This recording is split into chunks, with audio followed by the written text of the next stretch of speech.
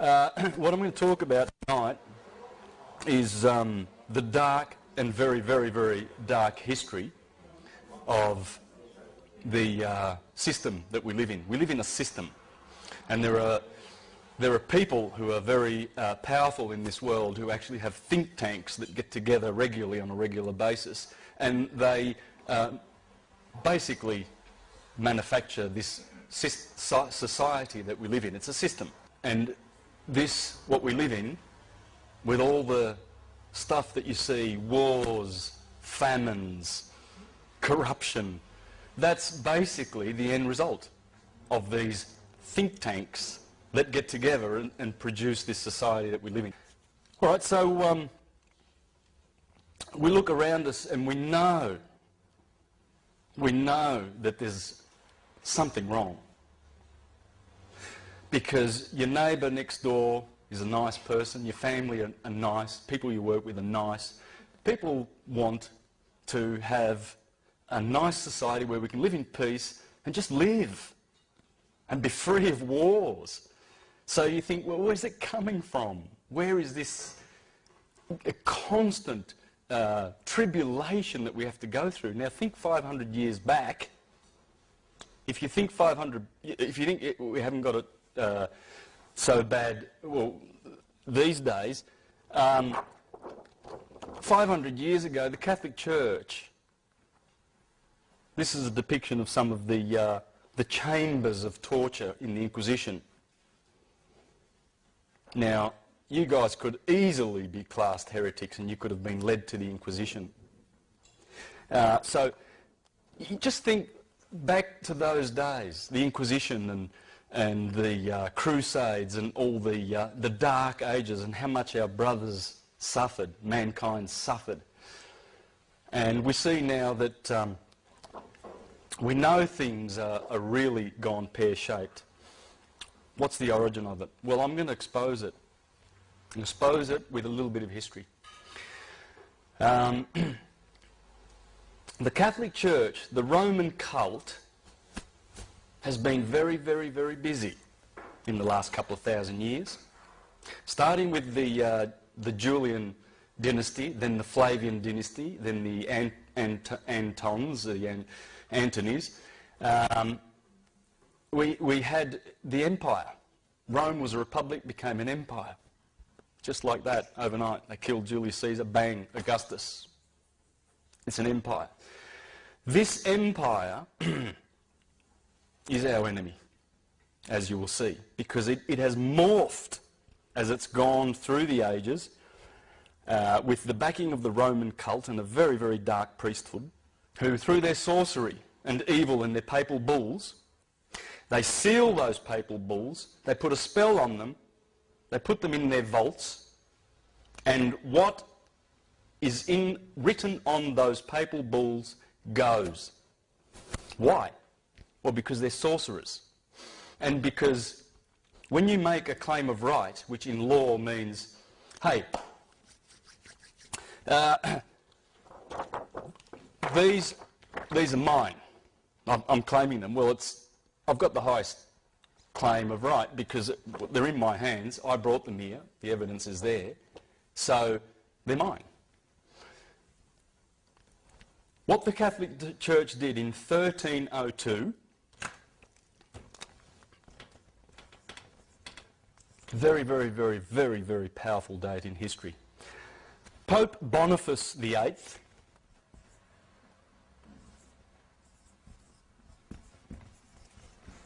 very similar to my name, by the way. My name's Bonnaci, and that is, bon means good. Now get this, right? Face means to do in Latin. Do-gooder. This guy was a contemporary of Dante Alighieri. Dante Alighieri, who wrote Paradise, someone help me, the Divine Comedy. He condemned this guy to the bottommost parts of hell for how wicked Pope Boniface is, and you're going to see. This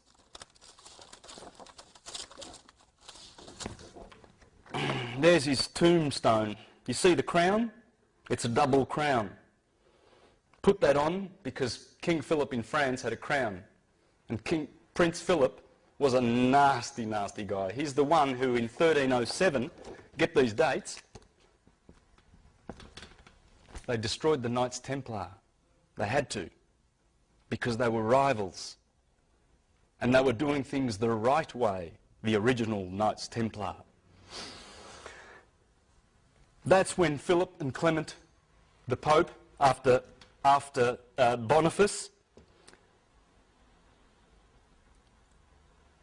they had Jacques de Molay in prison for 7 years. They smashed every bone in his body. They blinded him with hot irons, roasted his testicles in oil. They did everything to that man with their little devices. This is the sort of devices that the Roman cult has used for a long, long time, and they're still using them in a spiritual sense in the courts. And I'm going to show you this. The courts are run by these people. Everything that happens in court is ecclesiastical. Everything.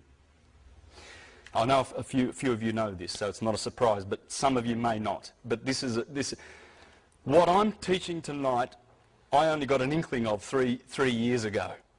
But the stuff from these websites, you might want to put these down. These are all linked to my website, universaltruthschool.com. So if you've got a pen, you might want to write this down. I'm leaving this up for a bit. But most of the information that I'm telling you, you can source here. And it's Frank O'Collins in Sydney runs these. And he's going to, he's basically the information comes from here, so you can source that here. Now, back to Boniface, our little friend. So, he put that second crown on his head to do one up on Prince Philip. So they got together, the Vatican and Prince Philip, and they destroyed the Knights Templar. But here, what happened in this year was this guy, Pope Boniface VIII, in 1302 created the first express trust in history. What's a trust? Well, the Crusaders were going off to Jerusalem, leaving their homes, their palaces and their riches behind. So they developed an idea. They would say to their most trusted friend, I want to hand over my estate to you in trust, and I'm off to Jerusalem, I'm fighting for Christ. That's what the Crusades are all about, isn't it? That's another story. Anyway, so when I come back, you're my best friend, you're the best person to give my property to in trust, so he becomes the trustee, the owner of the property. What would happen was some of these knights would come back, and the guy their best friend that they left these treasures with got used to the treasures and decided that they would keep them. And guess what? The courts would not support the knights because the trustee had the right to keep the property. That's how the trust started. It worked. They worked for most people, but for some of them, they didn't get their property back. What happened was this guy and the Catholic Church, always desiring to control with their inquisitions, decided that they would create the first express trust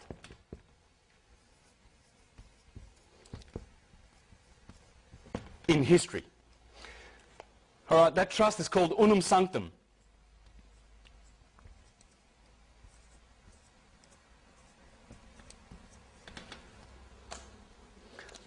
What does the papal bull say that they created to stick in their vault and put their spell on that has cursed us so much, this Unum Sanctum?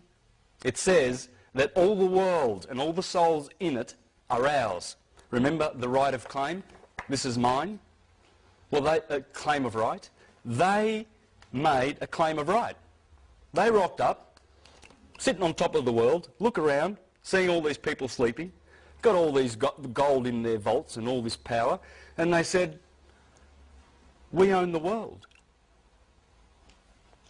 And so they do, because no one has challenged that. No one has challenged unum sanctum, this papal bull. It's in the vaults. And it's a curse on mankind, and I'll show you how. This was the first express trust in history. So they have claimed the whole world and all the souls therein. And you will see, by virtue of your birth certificate, that that is the title of your soul that they own in their registries. They have registered you. And that is the title to your soul. So what you're going to learn in the second half of this presentation with Serena is how to collapse those trusts, because it's the only way to get out of the system and claim your dominion as children of God, of the universe, and not as their slaves, as people lost at sea, incompetent, because that's how they consider you when you walk into court, an incompetent, dead, with no soul, because they own it. And those black judges who are priests of Baal, they are ecclesiastical. And I'll show you that after we go through a little bit more history. This is painful history, because if anyone of you have done their history and read a lot, you know, like through the Dark Ages, you'll know how much humanity suffered. Do you remember the Huguenots in France, the Lollards in Scotland, the Collegiants, the Socinians, the Anabaptists, the Waldenses? They started around this time and everything. These guys started the Inquisition at that time because people were waking up back then. But they killed that. Then 300 years later, 200 years later, the Renaissance, that came back through the Hermetic wisdom that they were drawing from Egypt via Hermes, the Hermetica, which created all the geniuses that have ever existed, because every genius has read the Hermetica, because that's where the Bible draws all of its inspiration from. Michelangelo, they were weaned on the Hermetica. What happened? Well, we're going to go through a bit of history to show how they came down on that awakening too. That Renaissance was squashed. This one ain't going to get squashed. This one, people are waking up. We shouldn't be angry about the evil that they represent. It's the fact that they are insane.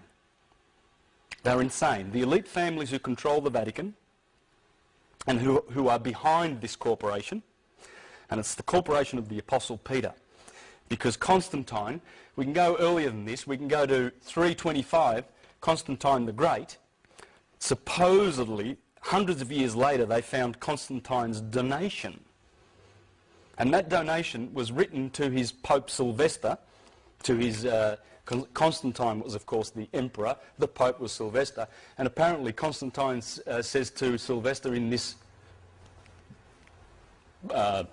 document, St. Peter is the apostle of Jesus, that Jesus gave the kingdom of this earth to, therefore we're going to claim taxes based on that, on the donation of Constantine. We're paying taxes because of that fictional document, guys.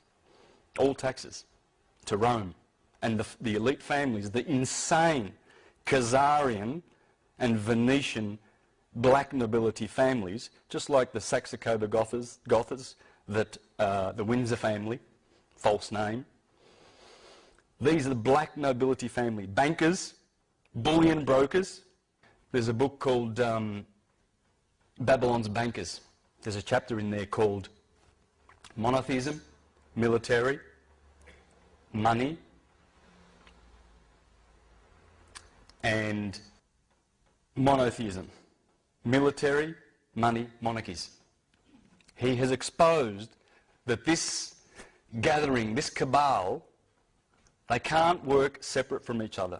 A lot of people, when they see this pyramid of control, and they put the Queen on the top, and the Zionists and the Freemasons, don't understand that the Vatican and the Jesuits and the Superior General of the Jesuits actually sit on top, behind the scenes, but they work together. Then they have, that's the crown and that's the crown and the elite insane families of the world who think they have better blood than the rest. And they have their think tanks, Then they have their financial control system, world resource control, world population control, and there's a little sheep down the bottom called debt slaves. We're all indebted. And we all bleed financially because they're taxing your wage. You go to work and you get taxed. Half of it goes to the government. We'll get into that a bit later. Okay, in 1455, we have a testamentary trust created. The first testamentary trust in history. That was Nicholas V, Pope Nicholas V, 1455. This was, bear in mind at the time, it's only like 20 or 30 years before Christopher Columbus sailed off to discover the Americas, right? This trust, this testamentary trust, which conveyed all of this property that the Vatican claimed, the whole world, they conveyed it into this trust. It's a trust that claims all your real estate. You know those titles you have? You don't own it. You own nothing. You do not own a thing. Well, you can't anyway. They're molecules. They belong to the universe, for a start. But the Vatican knows this. They know you can't own things. You can have right of use. That's all that that title means. You will never own it. Never in this system. In this system, I mean, which is about to end. This one is called Romanus Pontifex.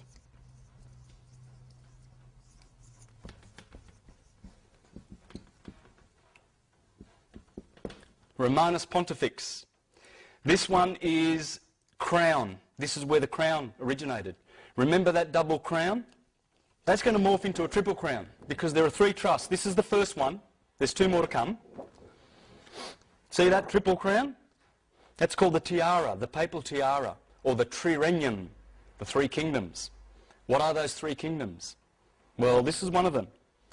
This is their fictional kingdom that they created. Remember Shrek and the king and his fictional characters?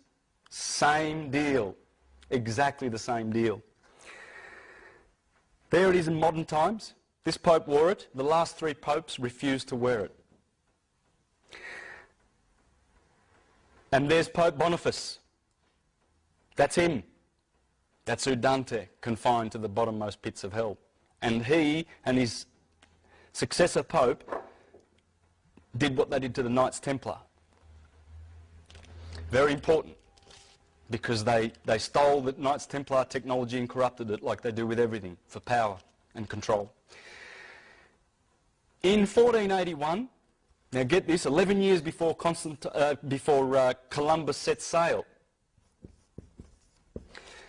another trust. Now these three trusts, by the way, in the incipit of the trust, which is the introductory words of the trust, the testament, or the bull rather, it's the bull, the papal bull. The incipit says, for a perpetual remembrance.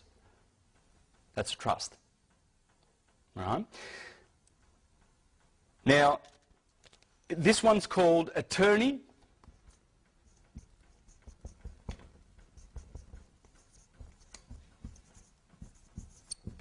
Attorney A-E, that's an A, excuse my writing. Attorney Regis, the Eternal Crown. This is Pope Sixtus, the fourth. Pope Sixtus the Fourth. And this is the second testamentary deed, trust, deed and will, the second crown of the people, which makes people slaves. This is the Commonwealth. The crown, the Commonwealth was born here. You think these are all English things, don't you? No. The Queen serves the Pope. The Vatican is the most powerful entity on this planet, accepting this. These people, the Knights Templar, or the Temple Bar rather, I forget the year, were granted this. This is in the City of London, the square mile. This land has no title. That is the only land in the Western Hemisphere, or you could say the world, because As you'll see, this system has spread its tentacles all around the planet, but mostly in the court systems, in the Western court systems, which I'm going to show you. So we're going to go to that now in a minute once I get off the history. So when you go to court, you will see it. You'll see it, who they are, those judges and magistrates, who exactly they serve. It's not you. And there's no justice. There is no justice. That's why you wonder when you hear these outrageous things that happen in court. People, innocent people who were speeding or something, who had some marijuana and they're in prison. My God, there's some suffering in our prisons. In 1531, convocation.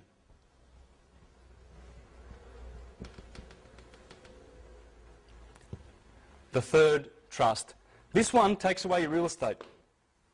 When you register with your birth certificate, that number is the number of these three Sestui KV trusts. Learn this word.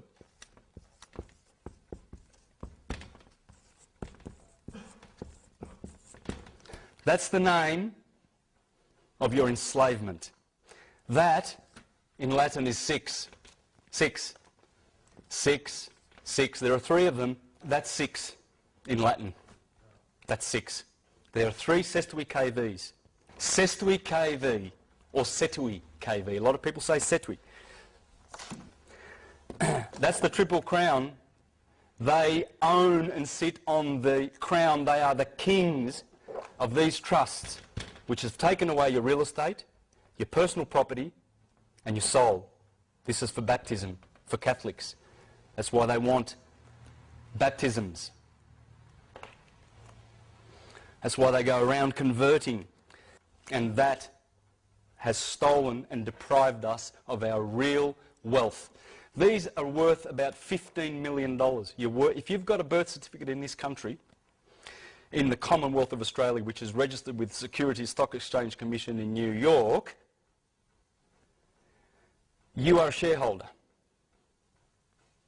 Canon law, which I'm going to talk about soon, was established in this country in '83 because something happened in 1975. The Crown of Aragon, which was in England's hand, which is this crown, they had the crown. See, they were granted, this was granted to the Crown of Aragon, Isabella and Ferdinand. Well, General Franco took that when he became king in 1975, went back to Spain. It was originally for Spain, created at that time, before Columbus went to America. And when Columbus comes back in '94, he signed the Tesadillos contract with the King of Portugal, with the approval of Alexander, Pope Alexander, back in Rome. So they have the title for all the Americas. And they're just Sestui KV accounts. That's all they are, trusts. Everything is a Sestui KV.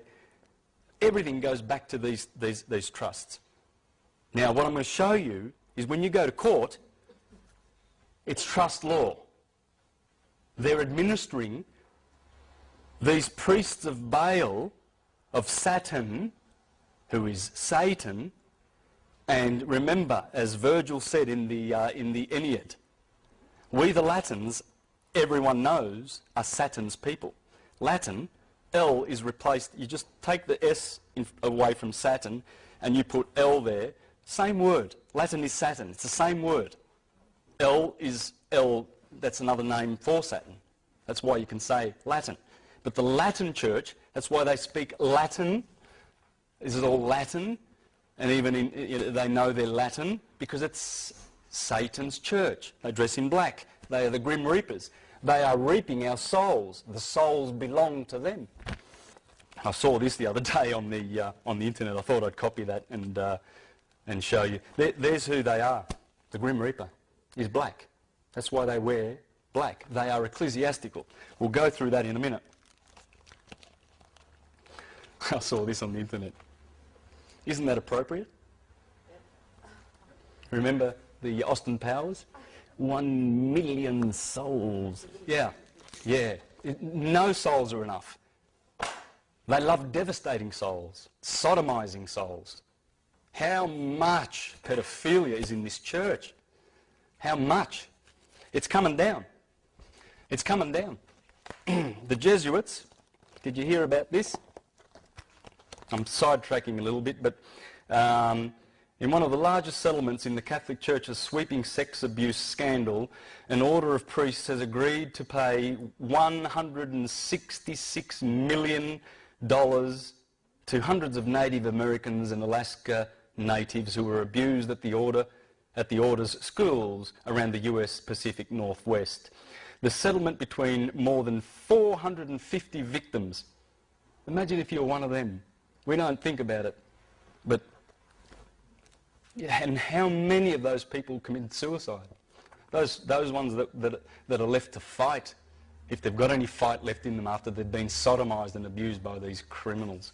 And the Oregon province of the Society of Jesuits, anyway, they apologised. The settlement is believed to be the Catholic Church's third largest in the sex abuse cases, behind the Los Angeles Diocese, which agreed to pay $660 million to 508 victims, and the San Diego Diocese, which agreed to pay $198 million to 144 victims. It's just a drop in the ocean for them for all the wealth that they have, but nonetheless it will bring them down because it's coming in crashing, thundering. Why do they do that? Because they're abusers. But are they taught at preschool to do that? Are they brainwashed to do that? It is part brainwashing, yes. They've been indoctrinated. They've been indoctrinated and they've been mind controlled. It's all mind control. All of this. It's all mind control. It's all filthy mind control. In that city of London, which I'm going to show you, this is what Franco Collins is talking about. There's Jerusalem, the Holy of Holies, the Middle Temple and the Outer Temple. That's what they've done in the City of London. That's the City of London. There are 3 cities in the world that do not... well, let me put it this way. There's 3 cities in the world that run the show. DC, Washington, it's just a square mile, a couple of square miles. City of London, where the Temple Bar is. The Temple Bar is in there. That is the only piece of land in the world that is over and above the Vatican. Remember that? I showed you that? That's in the City of London. It has to be, because this is the inner temple. It's the same as, this is the New Jerusalem. That's why they sing the song about New Jerusalem, the most popular song in the British Commonwealth, isn't it? Because they created the New Jerusalem. They were given the New Jerusalem. There it is, in the City of London. The Middle Temple, the Inner Temple, and that's the Outer Temple, based on that system that the Templars brought back from Jerusalem. It's a system of slavery. Because the ones who are in the Outer Temple, they are the Gentiles, or the Goyim, or the scum of the earth. They're the ones that get taught exoteric religion. For instance, that Jesus Christ is pure history. When they were teaching Jesus Christ 2,000 years, 3,000, 4,000, who knows how many thousand years, in India as Krishna. His name was Yes Krishna. And in Egypt as Horus. And he wasn't historical. They made it up. The Romans did that, the Julian family did that, and the historical. They made it up. The Romans did that, the Julian family did that, and the Piso family. This is a guy, Roman Piso, elite. This is one of the elites of the world. This is one of the richest of these families. They invented the whole historical thing and put it into the Bible so that it would appear to be history, so that they could keep people in the outer temple and then enslave them. This is the New Jerusalem, guys, that has enslaved us. And that's why the judges refuse to have any kind of conscience and any kind of love and any kind of justice in their courts. They know they've got no right to send little boys into the prison. Why do they send them to prison? Because they're getting commissions. They get $160,000 because they create what's called a constructive trust. When you go to court, they make a constructive trust. And you're going in as the beneficiary of the trust, of the Sestwi KV trust, that has stolen all of your wealth, all of it. You have nothing until we collapse the trust, and that's what Serena's going to be doing in the second half. She's going to teach how to collapse these trusts This is the 666, the mark of the beast, the mark of the fool. Because if you're foolish enough as a parent to say, oh, there's my little boy, he's born, and the government says you've got to register him, and, oh, well, we'll inform, the hospitals get $2,000 fee, spot fee, for registering you. That's why the nurses there are you going to register him? Yes, register. What does register mean? Well, I know what that means. That means king. You're giving over to the king. All capitals is a fiction. It's a corporation. And it's connected to this. This is why a lot of people go to court and don't understand why they lose. They don't understand what's going on, the jargon. Well, you're going to get that. You're going to get that now. First, I want to show you a couple of pictures. That is 1968. That's the Pope. That's Pope Pius IX. That's an army. This is a picture that the Vatican would not like you to see. Comes out of Tony Bushby's book. He's another Australian who's written a lot about the Vatican, the papal billions. That is 1571, I believe. I don't have the information for that. I forget who was the famous painter. I think that's the Bay of Naples. There's 200 warships there. Do you know who owns those warships? They're on their way to fight against Turkey in 1571, an inquisition, a crusade. That's the Pope's. Look at those ships. That's only a part of the Navy. That has morphed into the US Navy, the Pentagon. They're still doing it. The Inquisition's on, man. It's George Bush and his buddies. They're going for the Pope. That's a sheriff. That's a New South Wales sheriff. That cross is their ecclesiastical duties.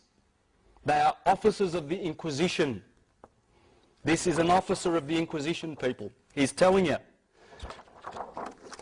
Same cross that these Christians, Christopher Columbus, when he landed on the Caribbeans, they wrote letters back to Spain saying there were 3 million people on this island, there's only 200 left. Because Columbus has gone mad, killing people. He was murdering people left, right and centre. They were having an orgy of killing people that didn't repent and choose Christ. An orgy. And the Inquisition went to the American shores. That's Pope Julius being stoned. This is a famous painting, by the way, being stoned by Matthew, Mark, Luke and John for how evil he was. Pope Julius. Good old Michelangelo gave us a nice little picture of Pope Julius sitting on the toilet seat for how much he loved him. There's a good reason why I'm showing you all these pictures. That's what Michelangelo, that's one of his sketches, Pope Julius, for how evil he was.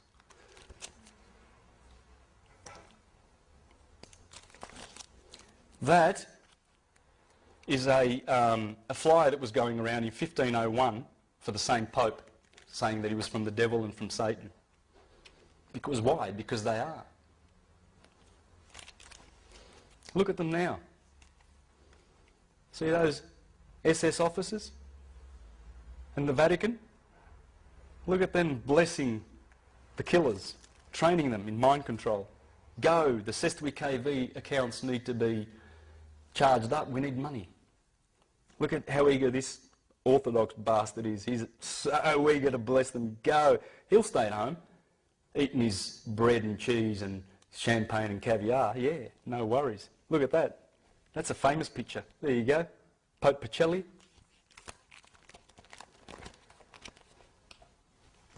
There's a reason why I want to show you that. I want to share that with you guys. Now, let's get into this. What I'm going to do now is show you how the courts work. It's all ecclesiastical. Okay, and this is very sad, but we need to know this. It's cruel. It's absolutely cruel, the poor young boys that go in to court with a lawyer. The lawyer's working for the Sestui KV accounts. The prosecution is, the clerk is, and the judge is. And you bring a lawyer with you to prove that you're a ward of the state, that you're lost at sea. So you need a Sestui KV account, someone to manage all your wealth. They've stolen it. A court room. So let's make a little courtroom here. We've got the judge here, we've got the clerk over here, and you and the prosecution, okay? Every trust has a trustee, a executor, and a beneficiary.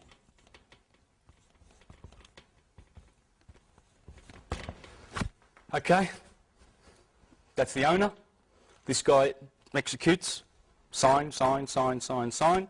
And this guy is the beneficiary. That's you. You're the beneficiary of the SWKV trust. Right? Now, why they bring you into court is because they want to create a constructive trust with the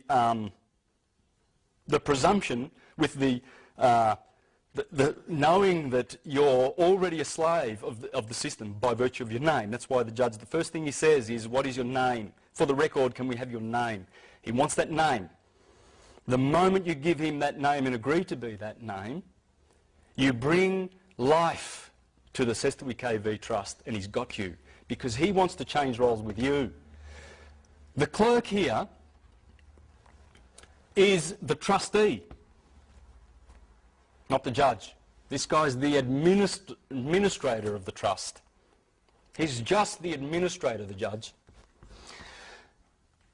You are the beneficiary. This guy, the prosecution, I should have put the prosecution inside the circle, is executor. I think I've confused that, but it doesn't matter. He's the executor. He's got all the liability. He's the one that created got the writ created to get you into court, the summons. Because what they want you to do is appear in court, accept that you are the name. Oh, we've found the beneficiary, right? And then he's going to swap roles with you and be the beneficiary and get you to execute your own sentence.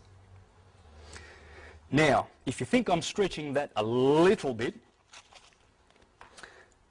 basically everything that goes on in court is the sacrament of penance. What's the sacrament of penance? We've forgotten. But these guys,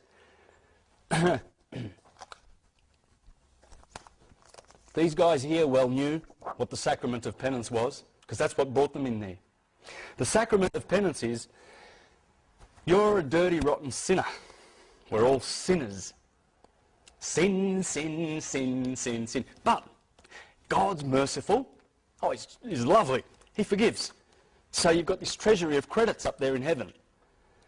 What we're going to do is we're going to administer those credits.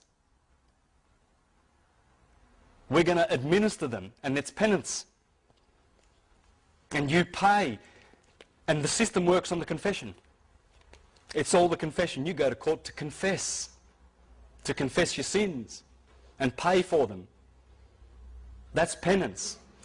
Every single thing in court runs as a church does, and confession. And you go in there to confess and accuse yourself. Penance is a sacrament. In the new law instituted by Christ, in which forgiveness, this comes from the Catholic Church. Have a listen to this. This is from I've just ripped this off the Catholic Wiki Encyclopedia on the net last night.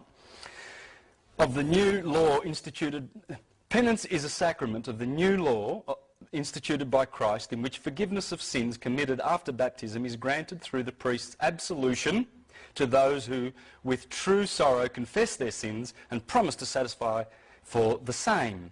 It is called a sacrament, not simply a function of ceremony, because it is an outward sign instituted by Christ to impart grace to the soul. As an outward sign, it comprises the actions of the penitent in presenting himself to the priest and accusing himself of his sins, and the actions of the priest in pronouncing absolution and imposing satisfaction. The whole procedure is usually called, from one of its parts, confession. That's what you're doing when you go to court. I'll show you this. It's all in the wording. It's still there. It's in the wording. Look at the words and there it is. You watch. Because it is a judicial process in which the penitent is at once the accuser, the person accused, and the witness. Remember this, because that's how the Inquisition ran, and that's how courts work. It's exactly the same thing. It's morphed, but it hasn't changed in its nature. So you become the person accused, the accuser, and the witness. They're saying it. While the priest pronounces judgment and sentence. The judge. The grace conferred is deliverance from guilt and sin, and in the case of mortal sin, from its eternal punishment, hence also reconciliation with God, justification. That's the sentence. Finally, the confession is made not in the secrecy of the penitent's heart, nor to the layman as friend and advocate, nor to the representative of human authority, but to a duly ordained priest with requisite jurisdiction and with the power of the keys, the power to forgive sins which Christ granted to his church. Now I'm going to talk about another thing here, indulgences. Remember I mentioned those? From the same encyclopedia. In Catholic theology, an indulgence is the full or partial remission of temporal punishment due for sins which have already been forgiven. Of course, God forgives, but you're a sinner, and we'll manage that for you. That's all it is. That's all it is, guys, and they are the priests of Baal. The temple Ba is Baal. Baal is Saturn. It's the church of Satan. They're the Grim Reapers in black. Excuse me for that. In Catholic theology, an indulgence is the full or partial remission of temporal punishment due for sins which have already been forgiven. The indulgence is granted by the Catholic Church after the sinner has confessed and received absolution. The belief is that indulgences draw on the treasury of merit accumulated by Christ's abundantly meritorious sacrifice on the cross and the virtues and penances of the saints. They are granted for specific good works and prayers. They've monetized sin. And this was developed by the Jesuits in the 1500s with the backing of the Venetians who created the Jesuits. The Jesuits rule the world. They do. A court is an oratory. That's where you confess. Just look at these words. Have a look at these words. A clerk. What's a clerk? What does it sound like? A cleric. The judge is an ordinary. What's an ordinary? An officer of the church who by reason of office has ordinary power to execute the church's laws. That's what the judge is, an ordinary. A case. What's the case? We're going to hear a case today. Hear a case? Forgive me, Father, for I have sinned. Yes, tell me what you've done. That's what it is. That's why you will never bring to life that name when you go to church, when you go to Baal's church, when you go to court. Cortio, which means, oh God, I forgot the name. Cortio. Well, it's an oratory. Writ. Is it two T's? No. Got it wrong here. Comes from, well, there's no W in Latin. It doesn't exist. Well, it used to. It's a rite. It's a religious. Comes from, well, there's no W in Latin. It doesn't exist. Well, it used to. It's a rite. It's a religious rite. Because let me say this correctly.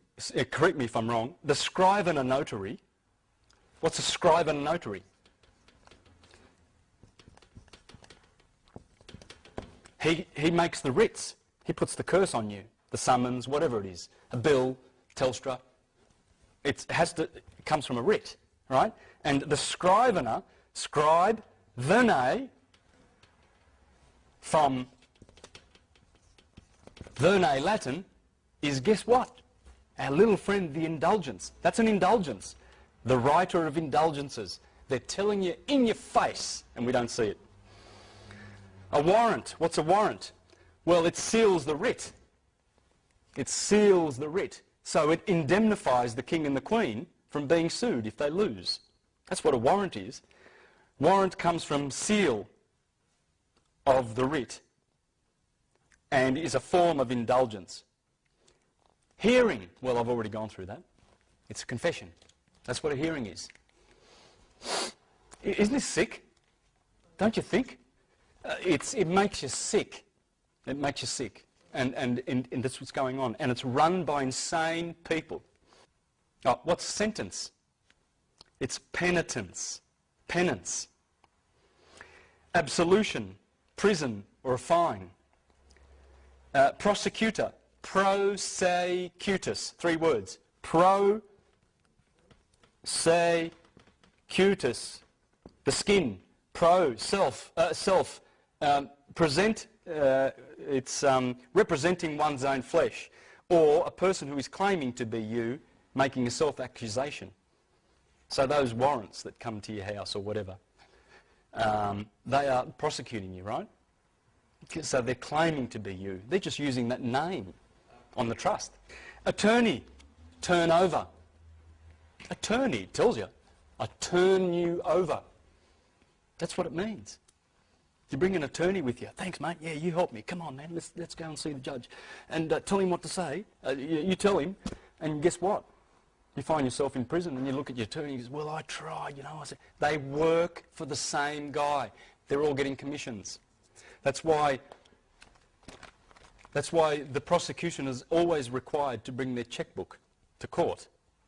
Because if they can't get you to swap roles with him, you become the trustee, he becomes the beneficiary, and get you to prosecute your own sentence. If they can't do that, they bear the liability. They're going surety for it. They're prosecuting.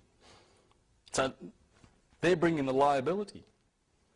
They're charging your trust account. So, in a beautiful, on the websites that I showed you, on this one here, Spiritual Economics Now, you can go there to a page. It's beautiful. Please read this. This is the best 5 pages I think you'll ever read by Franco Collins. Right? All those websites are linked to my website, the Top One Universal Truth School, or you can go straight to them. But if you go here, you'll find the links. You can get to all of those. And in here is the information that Serena's going to share with you next about how to collapse these trusts and how to create ecclesiastical deed polls and to create a new birth certificate. That's called a live born record. Right? And I'll have a new trust number. And I have a universal, not a Roman date for my birthday. Anyway, Serena will be making that a little bit clearer. What do you say in court? Court, who's who and what to say. This is what Franco Collins suggests. And I'm going to finish up with that and tidy up. Serena will do her bit after we have a break, and then we can do some question and answers after that. All right? And believe me, Serena's got some beautiful things to share with you because she is really, really leading in Victoria and spearheading this technology. So, but the most important thing, guys, is to get on here. There are audio files. You can listen to, there's about 16 audio files on talkshoe.com, is it? Or .org? It's .com. You'll find it, there's a link to it here in these. There are links to it. But you can download Franco Collins' audio files and learn all this. I've just been learning this in the last 3 months. This is what to say. We all know from our indoctrination, programming and schooling that judges are impartial and have sworn an oath to this effect. This means he must not favour either plaintiff or defendant, but our experience reveals that he does indeed favour the plaintiff, indicating a glaring conflict of interest. That the prosecutor, judge and clerk all work for the state, the owner of the Sestwi KV Trust. So, as the case is not about justice, it is about administration of a trust. They all represent the trust owned by the state, and if we are beneficiary, the only 2 positions left are trustee and executor. There's only 3 positions connected to these trusts. And the state, the Vatican, owns them. So if you detect the judge's impartiality, although I doubt the case will get this far, you might want to let him know that you know this. If you consider court as entertainment, and if you can stand the evil emanating from its officers, the fear, the angst, oozing from the walls and the treacherous atmosphere, then go. Knowing that under trust law, we cannot be trustee or executor of a trust, while being beneficiary, as that would be a conflict. The position of beneficiary may lack clout, but the other positions hold liability. Remember, he brings the writ, he brings the case to court, the hearing. Come and confess, you've been accused. Talk to the judge, tell him what you talk to the priest of Baal, he's dressed in black there all for you, monetising sin, pay, because what they do is they dip in to our Cestui KV accounts because they've got our numbers. There's 3 numbers: birth certificate number, tax file number, and social security number. They are the 3 major numbers. There are other numbers. They're the numbers that follow you around all your life for 75 years. That's why they demand that you retire before 75, because these birth certificates, they only run 75 years. Because it's all about banking. This is also about banking, guys. Libya is one of only 4 or 5 nations on earth that still own their dollar. Thank you very much. Say no more. The Rothschilds, they want their banks, they want these Cestui KVs going, 666, the mark of the beast. They want it all around the world, and they think they're going to bring in the New World Order. This is the New World Order. Because as it morphs, remember Constantine and the Julian evil? How did Julius Caesar get to power? He ran fire departments in Rome, and if you didn't pay, you found that your neighbourhood would get burnt to the ground. That's how he got into power. It's mafia. It's all mafia. It's all, look, there you go. Beautiful couple, aren't they? That is the king of pedophiles. That is the queen of pirates. They've been running the Hudson Bay Company and the East India Company, selling drugs to the Chinese. They're pirates. They ran the pirates. She's the queen of pirates. They hire mercenaries. They hire inquisitional soldiers. These guys are dupes. These guys think they're doing their job and they're doing something good. They've got the afterlife to deal with after they've been persecuting people. That's the private guilds that run this from the Temple Bar. They are above the Vatican. Only these people, because that land was granted to them in absolute. They are the only ones in history who have that land. Therefore, they can do this. And since 1815, since the Rothschilds bankrupted the Bank of England and took over those private guilds, we've been under that family, Khazarian family. That's what they are. I'd just like to ask a question. I wonder if they've been introduced to these people yet. I wonder if they know that they live on the same planet. And the guy who shot this film, by the way, he went home, he was from New York. He shot this and committed suicide. That's the story about it. That's a famous picture. Because he went there and he saw that and he saw this bird is going to eat that little kid. Now why are these people suffering and starving? Because this system has stolen the wealth of the whole world. And we have to wake up. A few more things about what to say in court. This will be a surprise if you have to go to court.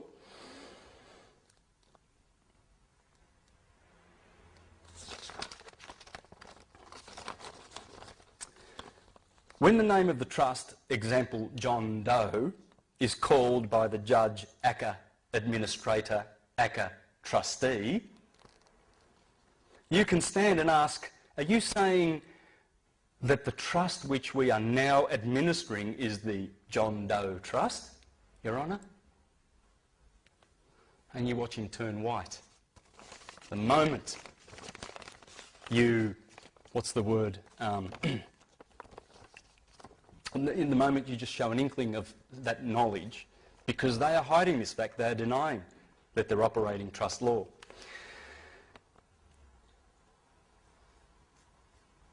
We can stand up, okay, this establishes that we know that the name is a trust, not a live man.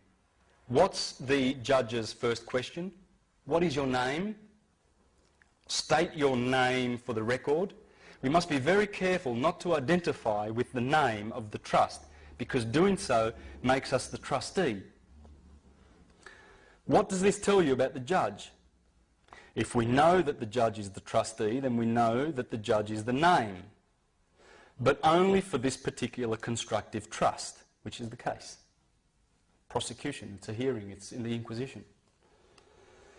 Now, think about all the times that the judge have become so frustrated by our refusal to admit to being the name that they issue a warrant, and then as soon as the man leaves, he is arrested. How idiotic is that? They must feel foolish for saying John Doe is not in the court, so I'm issuing a warrant for his arrest, and then the man whom they just admitted is not there is arrested because he is there. That's how it works, this personal fiction. It's disgusting. Their desperation makes them insane. They must get us to admit to being the name or they pay. Remember, he's got to bring his checkbook along, man, because he has to pay if he fails to shift the liability over to us, and we prosecute and we sign. We execute our own sentence.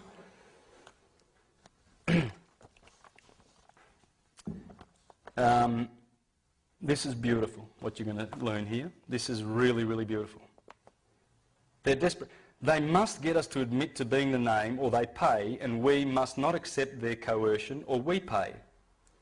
Because the judge is the trustee, a precarious position, the best thing to say in that case is John Doe is indeed in the court, Your Honour. Point to the judge, it is you as trustee. You are John Doe today, aren't you? Why not? Why not? We have dominion. We are men and women. We're not persons. We're not. We can't keep going with the fiction. Why? Why would you? It's insane. During their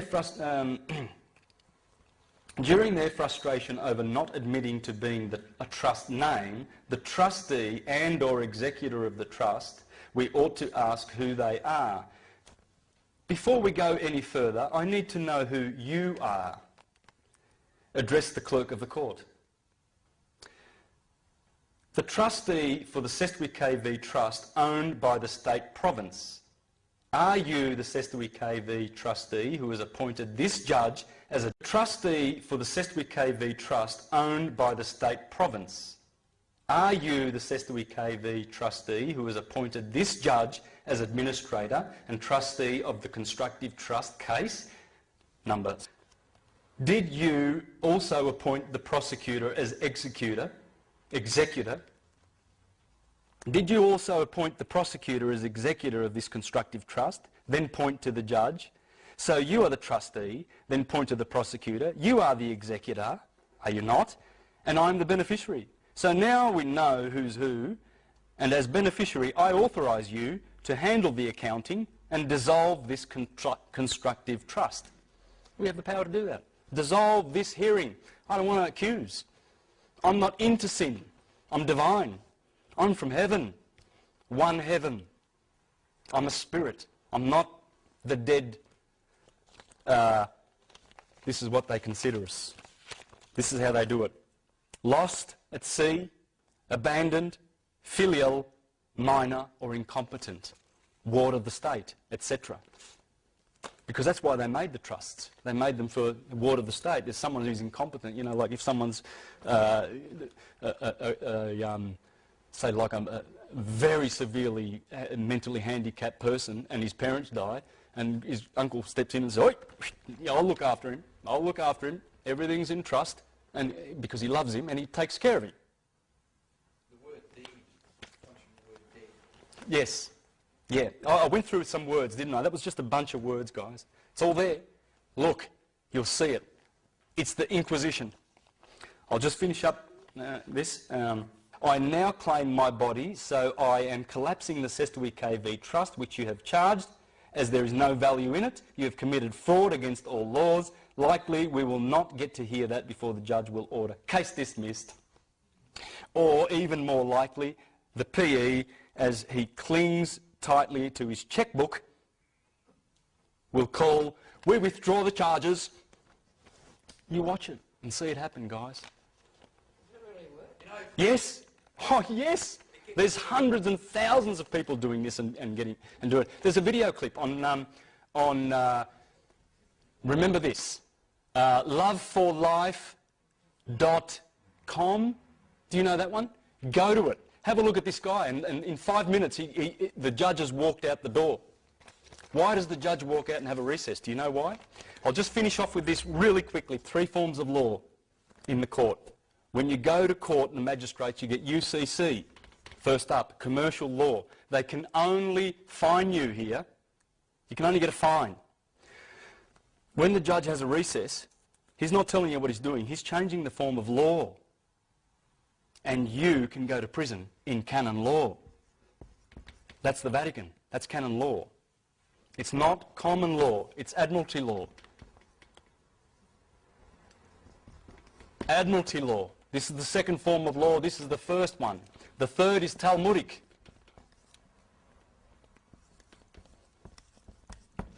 From the Bible. This gives them the priest to send, this gives them the authority as the priests of Baal to send you to your sentence of death. Here they can send you to jail. That's why he runs out of court. You'll see the judge in that video clip on the website, loveforlife.com or .org, whatever, you'll find it. And go down and have a look at the guy, and you'll see how the judge goes, because he got frustrated with this guy. The guy just refused to give him his name. He said, "Are you John Doe?" And he goes, "I'm John." I'll repeat, "Are you John Doe?" He says, "I'm John." "Do you have a family name?" He says, "Oh, I have a family name, but that's not important for today. John will do. I'm here to offer remedy." And the judge got so angry. He said, "Sit down!" He's basically yelling. He's telling his dupes, his bailiffs and all these sheriffs and everything to get him and throw him out of the court. And he says, "Don't do that. You'll be dishonouring a court official," because he'd already given his documents to the bailiff. And once those documents are on that bench, that's it. They can dishonour that. And it's very, very dangerous. Anyway, the judge got frustrated and he goes, "We're going to have a recess." And the guy says, "How long? I haven't got all day. How long are you going to be?" And anyway, the judge opens the door and walks out. Just as he walked out, he realised, he says, "The judge has jumped ship," because that's what this is, a ship. Remember, it's admiralty. It's the law of the high seas. He's in his ship. He's in his boat. So he immediately announced, he said, "For the record, the judge has jumped ship. He's abandoned ship. I, as a sovereign in this court, take authority. Case closed, with prejudice. Have a nice day." And just walked out. Okay? This is the power you've got. If they adjourn the case, that's fine. It stays in the same court. If the judge says we're going to have a recess, that's when you step in and you say, "Your Honour, I don't consent." Because it's an offer. They're administering the trust. You don't have to go to jail. You don't have to consent. The jail is just a